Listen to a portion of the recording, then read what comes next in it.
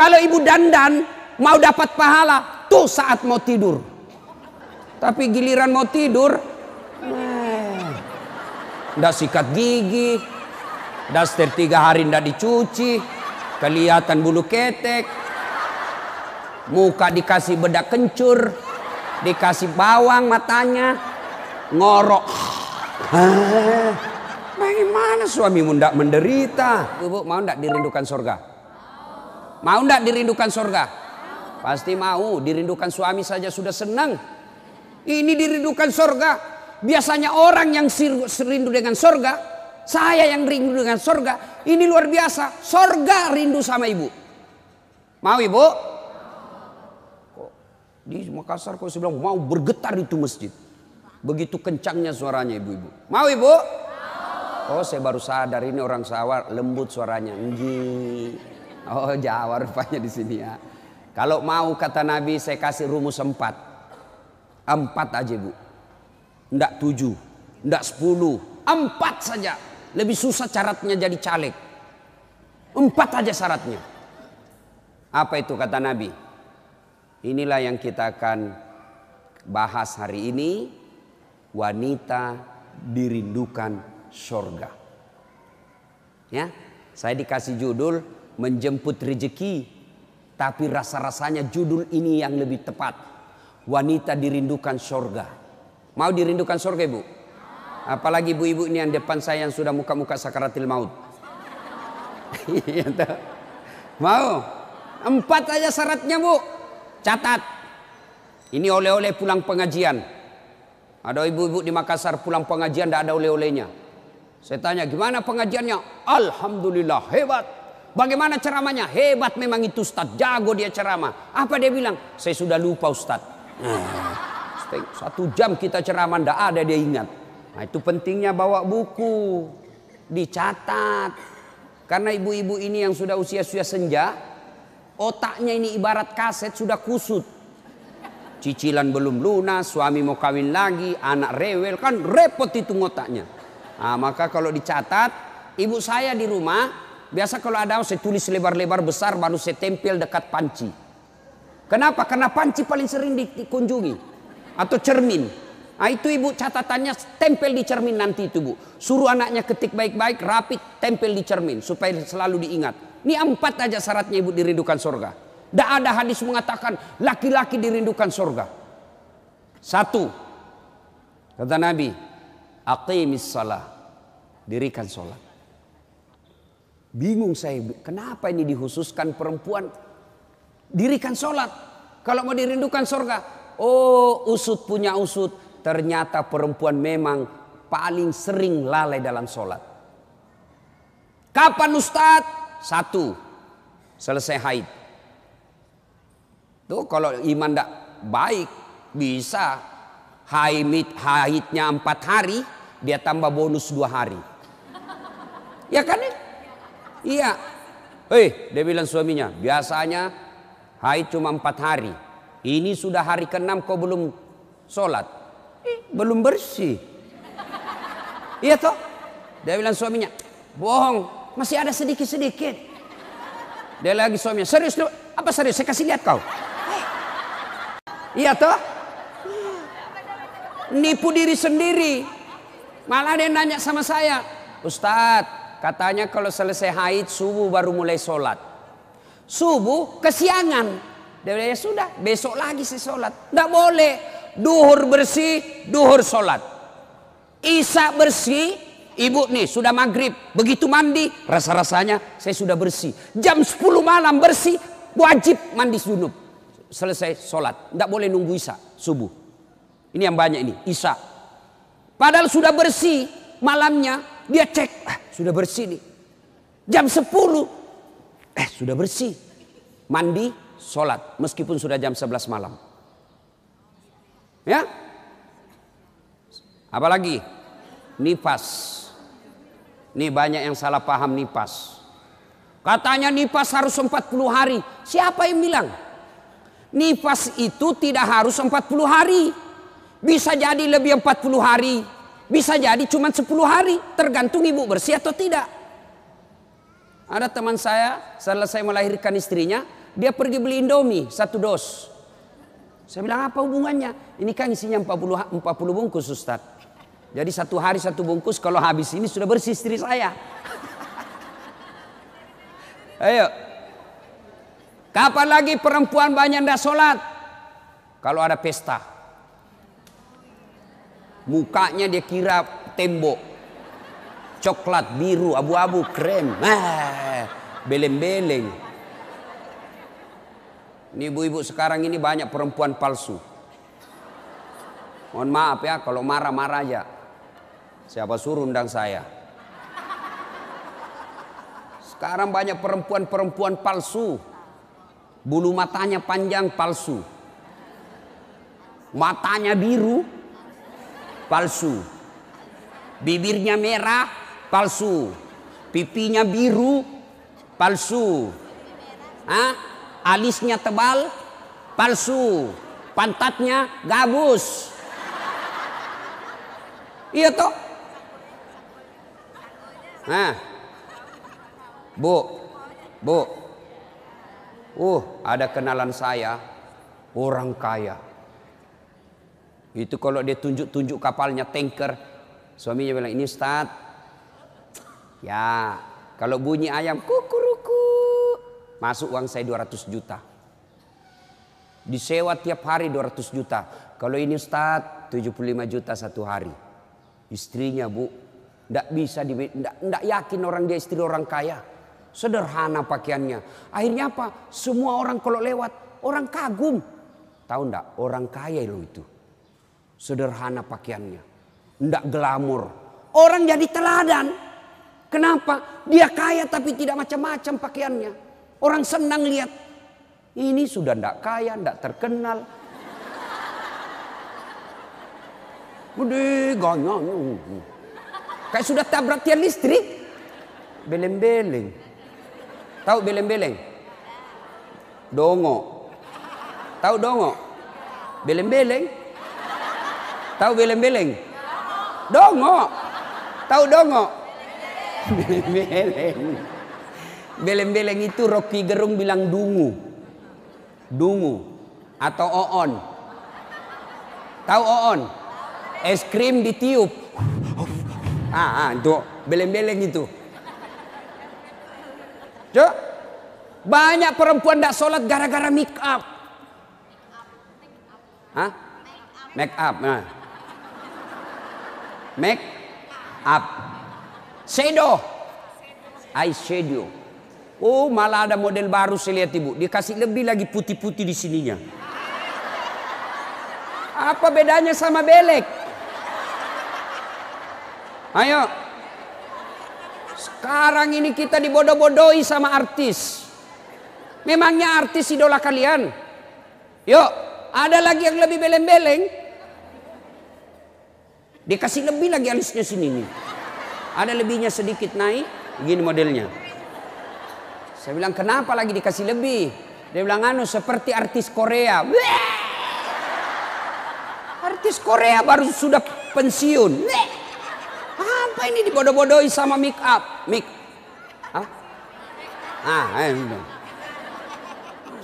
Bu, demi Allah, kami para suami tidak membutuhkan itu semua. Yang kami butuhkan kecantikan hati. Ini cantik-cantik, memang cantik, tapi bukan untuk nyenangin suami. Kalau ibu dandan mau dapat pahala, tuh saat mau tidur. Tapi giliran mau tidur, ndak sikat gigi, daster 3 hari ndak dicuci, kelihatan bulu ketek, muka dikasih bedak kencur, dikasih bawang matanya, ngorok. Bagaimana suamimu ndak menderita? Giliran mau pergi pengantin, Masya Allah, cantik betul. Ibu untuk apa cantik-cantik ini? Biar ibu mondar-mandir macam-macam. Tetanggamu tahu ini tetangga saya. Andai kau robat cak menjadi selebriti, mukamu tidak dikenal orang kaya artis Korea, oke lah. Tapi biar diapain orang tahu juga, tetangga saya ini. Udahlah. Apalagi ibu yang rajin majelis taklim. Tiap minggu, tiap pekan hidup pengajian. Tapi tidak ada perubahan itu. Rugi. Habis waktu. Tidak ada guna. Mending tinggal di rumah tidur. Majelis taklim. Sudah 4 tahun majelis taklim. Tiap pekan dengar pengajian. Tapi make upnya malas dia sholat. Ya kan? Kalau hati cantik meskipun muka tidak halus. Orang senang. Ya. Gara-gara mikam tidak sholat. Jadi bagaimana solusinya Ustadz? Kalau pengantin. Mau pengantin. Gimana solusinya? Wudhu dulu. Baru tancap. Sudah itu tahan kentut. Biar sudah wudhu. Batal.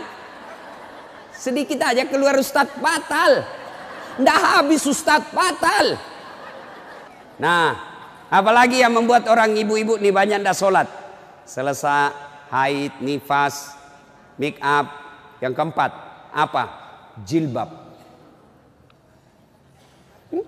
Banyak ibu-ibu malas sholat gara-gara jilbabnya susah dipakai. Jilbab sakaratil maut. Saya ibu sudah keliling-keliling ceramah. Mana-mana saya ceramah. Saya ke Filipina Selatan, jilbabnya orang Melayu sana. Segitiga saja, 1 peniti selesai. Malaysia juga begitu. Saudi malah 1 lubang masuk selesai. Tapi coba lihat jilbabnya ibu Indonesia. Ngeri bu. Ada kayak ada talinya 2 meter, diikat-ikat. Disimpan di lehernya. Itu diikat lehernya. Lalu dikasih kembang. Sudah tidak bisa goyang itu lehernya. Nah, iya toh? 3 lapis. Ini penutup kepalanya 3 lapis. Ada kuningnya, abu-abu, coklat. Dikasih mereng lagi sedikit. Coba. Lalu ada kayak pohon di belakang. Biasa kalau ada pengantin. Gimana caranya dia pakai ini ya? Nah, sudah diikat lehernya, pakai pula rok yang sempit. Rok sempit. Jalanlah dia bilang suaminya, buru-buru bu, katanya, tunggu sebentar pak. Beleng-beleng. Beleng-beleng. Coba kalau lebar, kan enak lari dikejar anjing.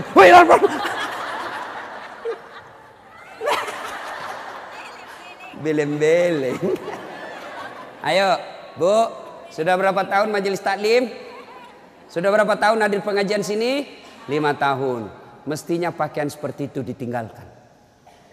Apa dilarang? Tidak dilarang. Cuma kalau gara-gara itu tidak sholat, hancur ibu.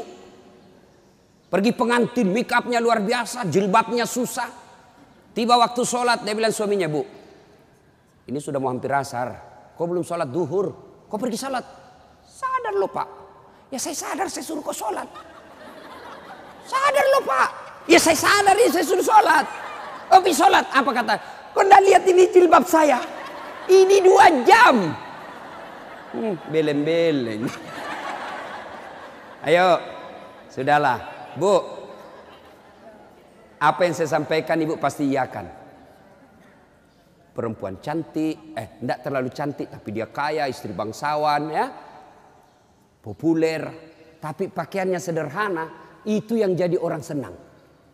Coba kan, dia sudah kaya, cantik, banyak duitnya, terkenal, tinggi sekolahnya, tapi pakaiannya seadanya. Masya Allah, orang semua jadikan teladan.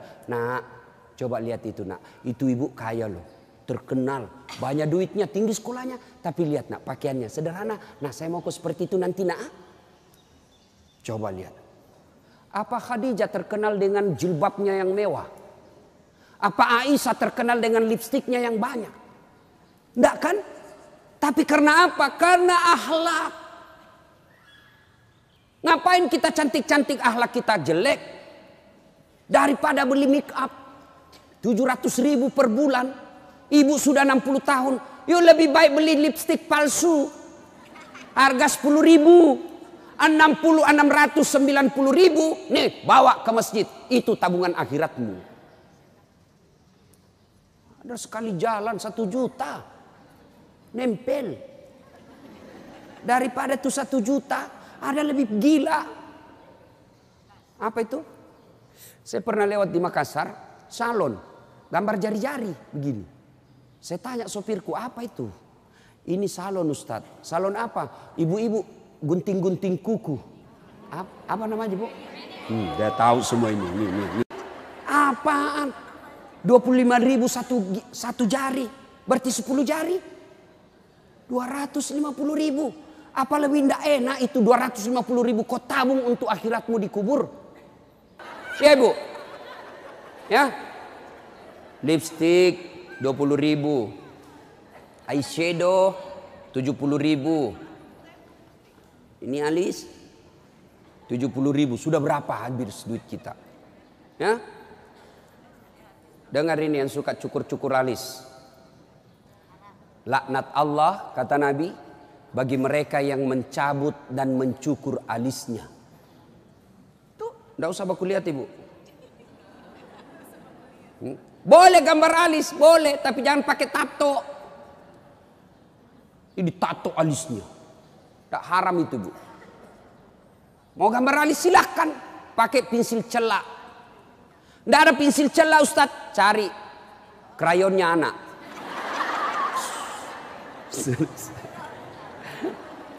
Nah ya, kalau ada pengantin, ibu-ibu silakan make up, tapi jangan berlebih, jangan gara make up dan jilbab. Ibu tidak sholat, padahal sudah 5 tahun majelis taklim. Auzubillah min zalik. Tidak ada gunanya itu. Maka tunaikan sholat dengan sebaik-baiknya, ibu akan dirindukan oleh surga. Saya sudah sholat Ustadz, kenapa hidup saya masih susah? Berarti sholatnya belum sempurna. Ada yang di sini sakit Ibu, asam urat, gula, kecil buat Allah sembuhkan itu. Kecil. Apa susahnya Allah sembuhkan penyakit itu? Kecil. Cuma kadangkala ketika kita sakit kita lupa Allah. Kita lebih senang ke dokter. Emang dokter yang sembuhkan penyakit? Ya. Mohon maaf kalau ada dokter di sini. Sampai detik ini saya belum pernah ketemu dokter yang hebat. Kenapa? Begitu saya ke dokter, saya juga yang kasih tahu penyakitku. Iya toh? Assalamualaikum Dok. Waalaikumsalam Ustaz. Masih sini Ustaz. Kenapa Ustaz? Mencret-mencret Dok. Mules terus perutku Dok. Kenapa bisa? Dalam hatiku, ya urusanmu dong, kan kau dokter. Masa saya kau tanya? Yang hebat kalau baru muncul, Ustaz pasti mencret. Itu yang hebat. Tapi kan tidak. Allah tanpa diberitahukan, tanpa curhat, Allah tahu apa penyakitnya ibu. Maka datang sholat. Sudah itu sholat, sudah itu sholat, sudah itu sholat. Baru ke dokter. Ayo perbaiki sholat ibu. Tidak ada susahnya Allah kasih dunia. Ustaz, saya sudah 30 tahun rantau ke Jogja. Tidak bisa beli rumah Ustaz. Masih ngontrak-ngontrak. Tidak usah cari capapnya. Periksa sholatmu. Saya sholat Ustaz. Kok begitu hidupku? Berarti belum ikhlas. Mana buktinya belum ikhlas? Suka nunda-nunda sholat. Asar sholatnya dekat duhur. Duhur sholatnya dekat asar. Berarti ibu perhatikan dah. Coba. Sholat maghribnya. Itu juga wuduknya asar. Itu juga maghrib. Itu juga isya. Karena berdekatan. Itu tidak ikhlas. Sholat Ustaz. Betul ibu sholat. Tapi pakaiannya. Itu juga dipakai masak. Itu juga dipakai bertetangga. Itu juga dipakai ke pasar. Itu juga dipakai tidur. Tidurnya ngiler lagi. Ini. Pas dibangun suaminya. Dipakai lagi sholat. Najis. Pantas 30 tahun sholat. Sholatnya tidak bisa memperbaiki hidupnya. Kenapa? Sholatnya tidak sesuai yang diajarkan Nabi. Saya sholat Ustaz. Betul ibu sholat. Tapi tidak semangat. Allah.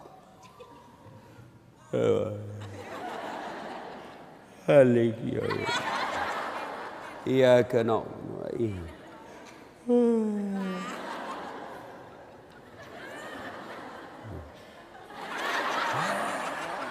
Ada juga yang sholat seperti itu. Ada yang sholat gitu. Allahu Akbar. Sholat kayak ditiup angin.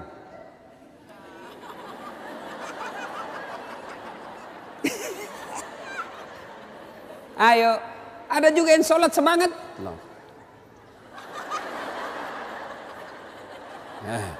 Kan ketawa karena ibu membayangkan diri sendiri. Ada juga yang sholat cari duit. Allahu Akbar. Iya kena budu. Duit saya tadi 100. Beli sayur 50.000. Beli pulsa 20.000. Allahu Akbar. Mana yang 30 ya? Allah. Selamat. Oh, di bawah sadel lah. Sepanjang sholat cari duit. Apalagi ibu sholat sambil masak. Canggih betul ini. Allahu Akbar. Tiba-tiba bau hangus. Oh, Allahu Akbar. Pantas 30 tahun sholat. Maka majelis taklim yang baik, majelis taklim yang faedah, majelis taklim yang manfaat, ada perubahan setelah dia ikut penyelis taklim. Mungkin sebelum majelis taklim seperti itu sholatnya, pulang majelis taklim tidak seperti itu lagi. Ada perubahan, ya. Karena juga itu majelis taklim saya lihat lomba baju seragam. Malah ada yang curhat sama saya, Ustadz bubar saya majelis taklim Ustadz. Kenapa? Belum lunas seragam kita, ada lagi yang baru. Nah, itu. Padahal yang mau beli pengat seragam ini ya pengurusnya. Pengurusnya hanya 5 orang aja. Ya, yang kaya-kaya. Ini aja yang berdiskusi 5 orang. Ini jelek mulai kabur, nih ada nih yang baru, ganti lagi. Orang belum lunas diganti lagi. Majelis taklim yang baik bukan yang banyak seragamnya, tapi yang tambah ilmunya, tambah akhlaknya. Itu yang baik. Ya. Perbaiki sholat. Ya Bu ya. Bu. Sholatullah Mullah ala toha Sholatullah salamullah ala yasin habibillah. Biasanya kalau saya ceramah ada air di samping saya. Cari-cari ini dilupa ini panitia. Satu ya. Satu ibu. Sholat. Maka ibu. Halo ibu. Ibu ndak usah cemas kalau anaknya ndak tahu bahasa Inggris. Ibu ndak usah cemas kalau anaknya ndak tahu bahasa Korea. Ibu ndak usah cemas kalau anaknya ndak punya kerja, pengangguran. Ndak usah cemas. Yang ibu cemaskan kalau anaknya sudah mau dilamar masih tidak sholat. Itu yang ibu perlu cemaskan. Ya, kan ibu-ibu sekarang hebat betul anaknya Ustadz. Kenapa? Tuh masih SD sudah pintar bahasa Inggris. Apa hebatnya? Banyak yang begitu. Tidak percaya? Ibu ke Inggris. Demi Allah Bu, anak-anak di sana baru belajar bicara pakai bahasa Inggris. Apa yang hebat? Banyak yang begitu. Yang hebat anaknya ibu, sampean punya anak, panjenengan punya anak, pergi majelis taklim, pergi ke pasar, anaknya yang masih SMA nelpon ibunya, matur nuwun Bu, ini sudah duhur, Bu sudah sholat enggak? Ibu sudah kaya itu. Asar lagi nelpon lagi anaknya, Mak, lagi di mana Mak? Masih di tempat kajian nak, masih di tempat arisan. Mak, ini sudah asar. Jangan sampai ibu sibuk ngurus arisan lupa sholat. Itu anakmu yang kaya. Pernah di SMS begitu anaknya Bu? Pernah? Paling di SMS, Mak kirimi pulsa. Maka ibu dari kecil anak-anak diperkenalkan sholat. Ya, mau dirindukan surga, syarat pertama aqimis shalah, dirikan sholat. Tidak cukup yang 5 waktu, tambah sunnah. Sunnah apa Ustadz? Yang sederhana. 1, sholat sunnah duha. Ibu-ibu, ada enggak di sini yang punya tanah 1 juta hektar? Anda usah 1 juta. 100 hektar ada di sini Bu? Ada? Enggak ada. Tapi ibu mau enggak punya harta lebih dari 100 hektar? Lebih dari 1 provinsi. Mau? itulah sholat sunat fajar. Ayo, 2 rakaat sebelum ibu sholat subuh, itu nanti ketika ditimbang kata Nabi, yang 2 rakaat ini lebih berat 2 rakaat ketimbang dunia dan isinya. Tuh sholat duha, sholat fajar. 2 rakaat. 2 rakaat saja ibu. 2. Coba. Sudah pagi-pagi. Anak sudah pergi sekolah. Suami sudah pada bekerja. Pekerjaan rumah sudah tuntas. Jam 8, jam 9. Yuk sholat duha. Sholat duha. Bagaimana caranya? Sama sholat sunnah biasa. Bedanya niat. Nih yang biasa ibu-ibu tanyakan. Ustaz, apa niatnya? Bu, niat itu bukan bahasa mulut. Niat itu bukan bahasa lisan. Niat itu di sini. Coba lihat orang Arab kalau ibu pergi umroh. Coba lihat umumnya orang Arab. Jalan, berdiri langsung Allahu Akbar. Iya toh? Kalau kita kan lama dulu ibu. Loading.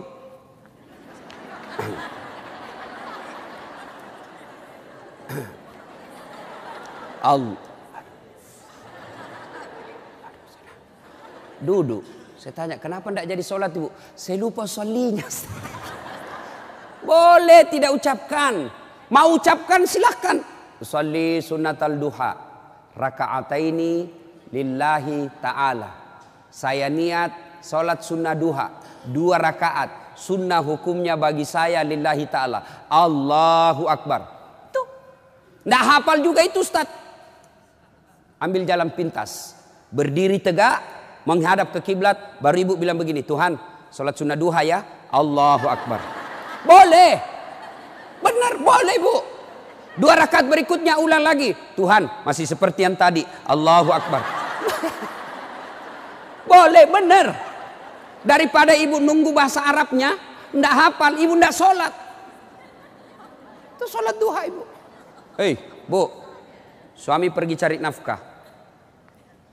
Anak sudah pergi sekolah. Ibu sholat duha. 2 rakaat salam. 2 rakaat salam. 2 rakaat salam. 2 rakaat salam. Boleh 2 rakaat. Bagus 4 rakaat. Lebih utama lagi 6 rakaat. Lebih mulia lagi 8 rakaat. Boleh 2. Boleh kalau ibu sibuk 2 aja boleh. Bacaannya sama sholat sunnah yang lain. Nggak hafal banyak ayat-ayat Ustadz. Ya sudah yang ibu hafal aja. Kul-kul ya sudah kul-kul aja. Rakaat pertama kul huwallah. Rakaat kedua kul huwallah lagi. Nggak apa-apa. Jelas. Selesai sholat duha. Ibu duduk menghadap kepada Allah. Mengadu kepada Allah. Ya Allah yang maha kaya. Tiadalah datang rezeki tanpa pertolongan dan bantuan. Engkau yang mengatur rezeki suami saya. Suami saya datang pergi menjemput rezeki ya Allah. Jika rezeki suami saya masih di atas langit, turunkan ya Allah. Jika masih dalam tanah, munculkan ya Allah. Jika masih jauh, dekatkan. Jika masih sedikit, cukupkan.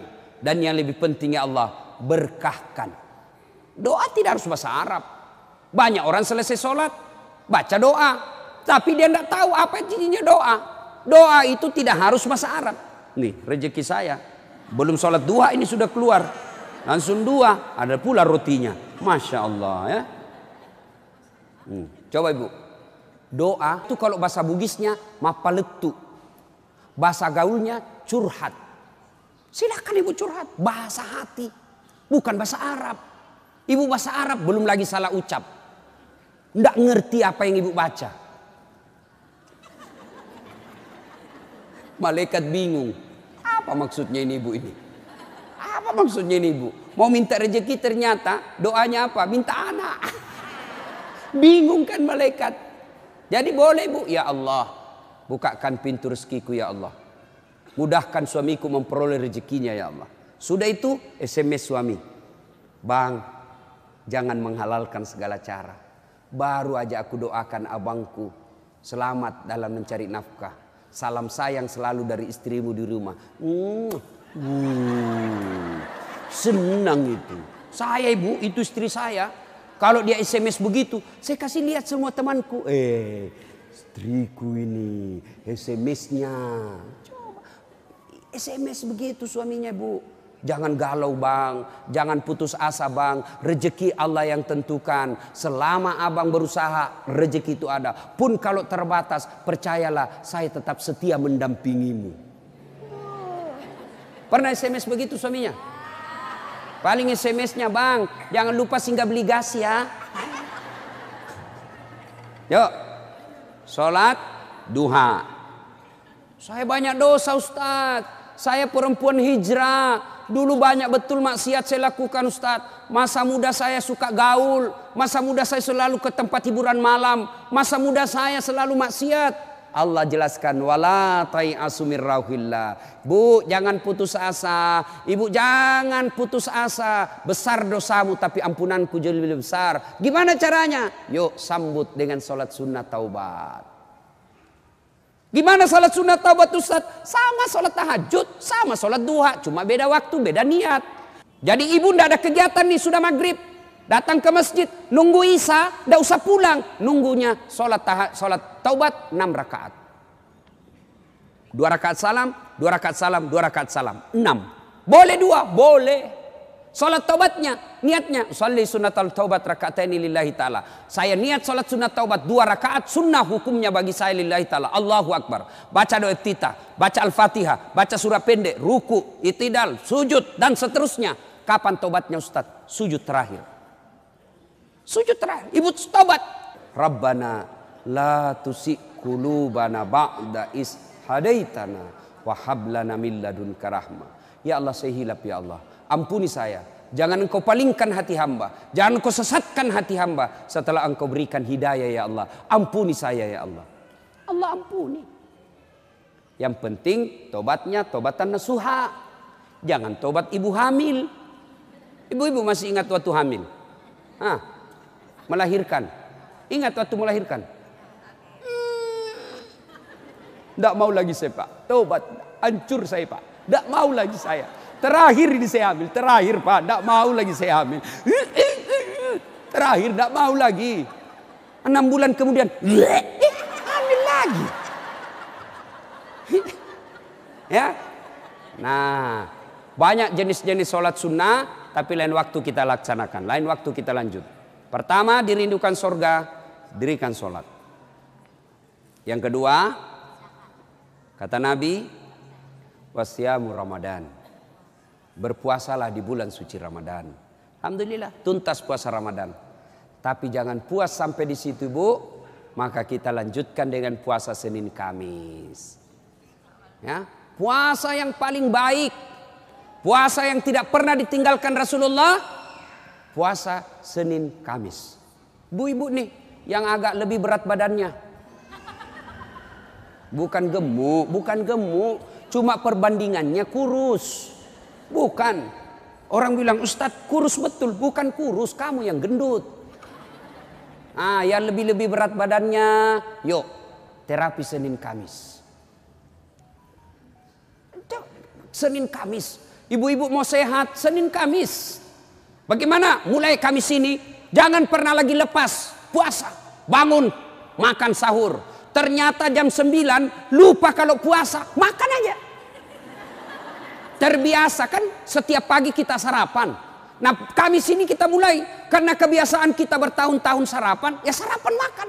Begitu lagi selesai, wih, Kamis. Ternyata saya puasa, lanjut. Boleh.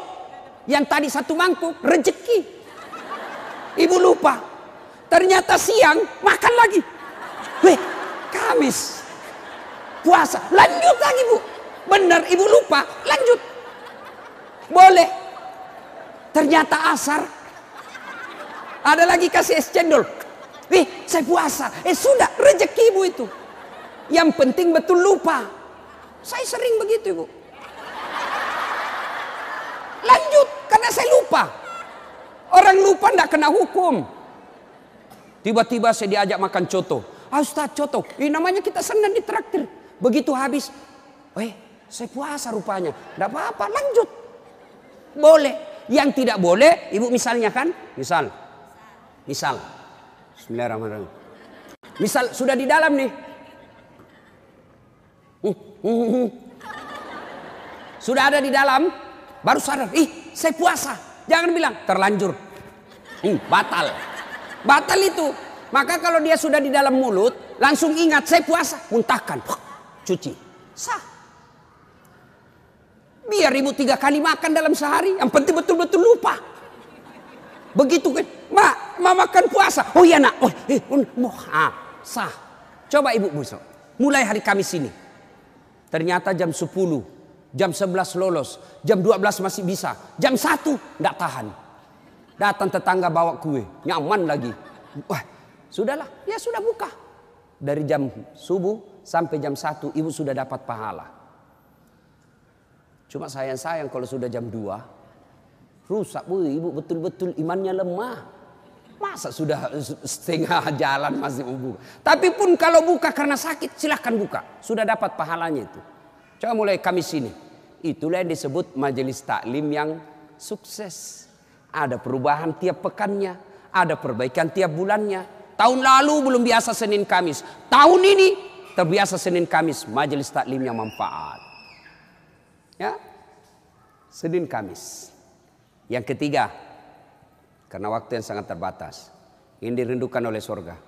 Apa itu? Menaati perintah suami. Ini yang berat ini. Taat sama suami ini berat. Bu, berat. Bu, dengar ibu. Ada pada zaman Nabi, bertetangga nih. Tiba-tiba ibu yang tetangganya ini wafat ibunya. Maka tetangganya datang. Misal nih dia bertetangga. Meninggal ini tetangganya, dia datang panggil anaknya, anak tetangga. Bu Haji, emak sampean wafat. Datanglah membesuknya. Mulai dari sakit. Mohon maaf Bu, saya tidak bisa besuk ibu saya. Saya tahu sakit tapi suamiku keluar. Saya dipesan tidak boleh pulang, tinggalkan rumah sebelum pulang. Pulang yang utusan. Sakaratil maut sudah ibunya, datang lagi. Bu, ibu sampean sudah sakaratil maut. Datanglah kau besuk. Mau sekali tapi mohon maaf suami saya belum pulang. Pulang lagi utusan. Wafat ibunya. Bu, yang terakhir kalinya, bumu sudah wafat, maka mau dimakamkan, kau datanglah sekali aja sebelum dimakamkan. Apa kata ibu? Mohon maaf, suami saya belum pulang, saya dilarang keluar sebelum pulang. Saya doakan ibu saya dimakamkan. Tidak datang ini anaknya. Marah ini utusan. Dia datang kepada Nabi melapor. Ya Rasulullah, keterlaluan betul itu tetangga saya. Mulai dari sakit, sakaratil maut, sampai wafat, dimakamkan, tidak datang besuk ibunya. Saya 3 kali datang memanggilnya ya Rasul. Nabi kata, wih, nak durhaka betul itu. Kok bisa begitu? Kenapa bisa? Ya Rasulullah, suaminya pergi. Jihad, perang. Dipesan sama suaminya. Jangan pernah tinggalkan rumah sebelum saya pulang. Mendengar ini, apakah Nabi marah? Subhanallah, dengar ibu. Subhanallah. Nabi lalu bersabda, alhamdulillah, diampuni dosa ibu yang wafat karena punya anak, istri yang taat sama suaminya. Masya Allah. Kira-kira masih ada istri zaman sekarang begini? Masih ada. Baru 10 menit pergi suaminya, dia telepon temannya. Datang aja, suami saya sudah keluar. Bu, taat sama suami. Itu pintar redanya ibu masuk surga. Ibu mau tanda fungsi utama suami? Bu, halo ibu. Fungsi utama seorang suami. Ibu mau tahu? Mau tahu ibu? Jalan pintasnya ibu masuk surga. Passwordnya masuk surga. Kenapa? Ridha suami itu ridhanya Allah. Kalau ibu sudah ridhanya, suami sudah ridha sama ibu, Allah tersenyum kepada ibu. Sebaliknya kalau suami tidak senang sama ibu, tidak pernah baik hatinya suami sama ibu, percayalah, susah ibu masuk surga. Betul, ridhanya Allah itu tergantung ridha suami. Kenapa bisa Ustaz? Karena kami ini suami yang nanggung ibu dunia akhirat. Ibu kira enak jadi suami? Dipikir bagaimana supaya kita bisa beli mobil, ibu bisa enggak kena matahari jalan. Kami pikir suami bagaimana supaya ibu bisa pakai baju baru tiap bulan supaya saudaramu enggak menghina kamu. Dipikir bagaimana supaya suami istri saya pakai emas, berlian supaya tetangganya enggak menghina dia. Itu dipikir semua oleh suaminya. Mana ibu pernah pikir bagaimana supaya saya belikan suamiku berlian? Pernah ibu? Ayo. Bukan cuma di dunia, di akhirat pun ibu ditanggung oleh suami. Beruntunglah wanita Islam. Wanita Islam itu sebelum diperiksa semua amal-amalnya, sebelum diperiksa puasanya, diperiksa hajinya, ada 4 laki-laki yang harus menanggung dia. 4 laki-laki yang harus menanggung ibu. Siapa? 1, orang tua, bapak. 2, suami. 3, anak laki-laki. 4, saudara laki-laki. Ini 4 yang bertanggung jawab terhadap ibu.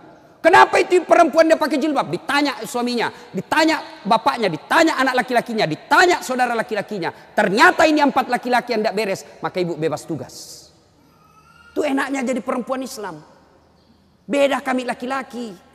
Biar kami sholat, ketua majelis ulama, hafal Quran, istrinya tidak pakai jilbab, istrinya tukang gosip, istrinya tidak puasa, istrinya tidak nutup aurat, istrinya tidak sholat. Demi Allah, ku ampusakum wa ahliku. Suamimu, nih kau masuk neraka sama istrimu. Ditanggung ibu dunia sampai akhirat.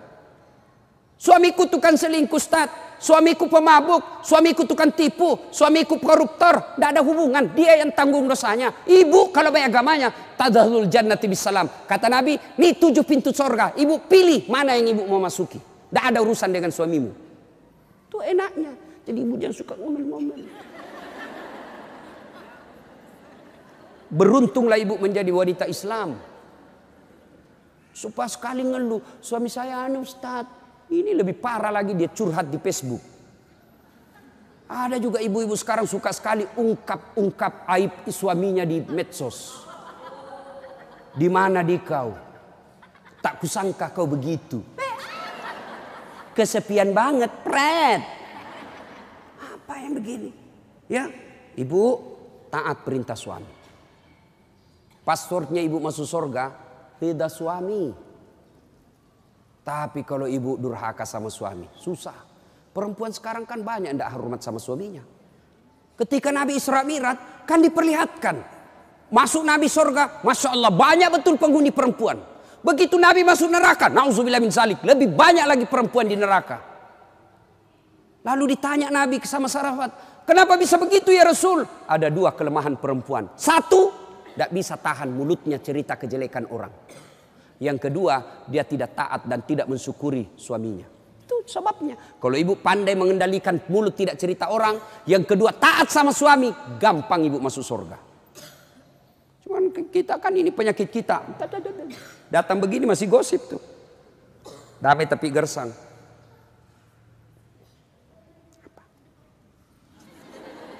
Apa? Apa sih? Enggak tahu bertanya dong. Saya pun digosip. Begitu saya lewat, itu juga bajunya waktu di TV One. Ada urusan. Nenek ibu nih. Palsu. Aku tahu. Hitam itu di gelangnya. Palsu. Palsu lipstiknya. Kenapa kau tahu? Tuh melengket di giginya. Semua dia habis dosanya. Ibu, 1, sholat. 2, puasa. 3, taati suami. 4, jaga harga diri. Jaga harga diri. Bagaimana menjaga harga diri seorang perempuan? Bermula dari pakaian. Ibu-ibu jangan lagi pakai jilbab apa itu? Untuk sekarang kan ada istilah jilbab syar'i. Dulu kan ada ibu-ibu pakai jilbab tapi ketat. Celananya ketat, bajunya ketat. Akhirnya apa? Jalan seperti orang di kampungku bilang buras. Tahu buras ibu? Hah? Lontong. Lontong. Coba lontong kalau dibuka kan masih ada kentara itu anunya, bekas-bekas ikatannya. Bu, wanita soleha, istri yang baik, pakaiannya tidak seperti itu. Salah satu menjaga harga diri, tidak pernah keluar tanpa izin suaminya. Kan biasa ibu-ibu keberatan, kok suami lagi? Tapi ingat ibu, ridanya anak ada sama ibu.